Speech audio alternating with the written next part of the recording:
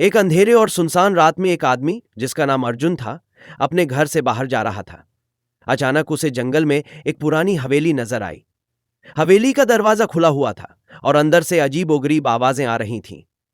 अर्जुन की जिज्ञासा ने उसे हवेली में प्रवेश करने के लिए मजबूर किया। अंदर जाकर उसने देखा कि दीवारों पर खून के धब्बे थे और फर्श पर कुछ उलटे शब्द लिखे हुए थे।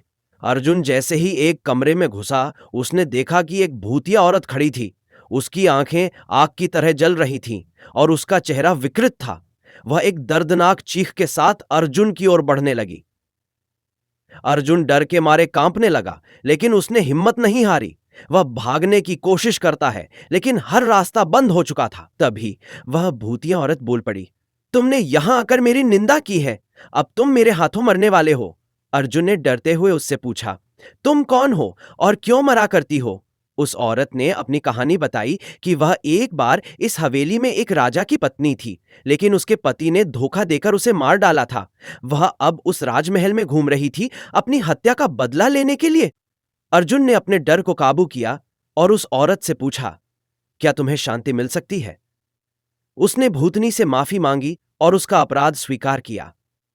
कुछ क्षणों बाद भूतिया औरत की आक्रामकता शांत हो गई और वह धीरे धीरे गायब हो गई।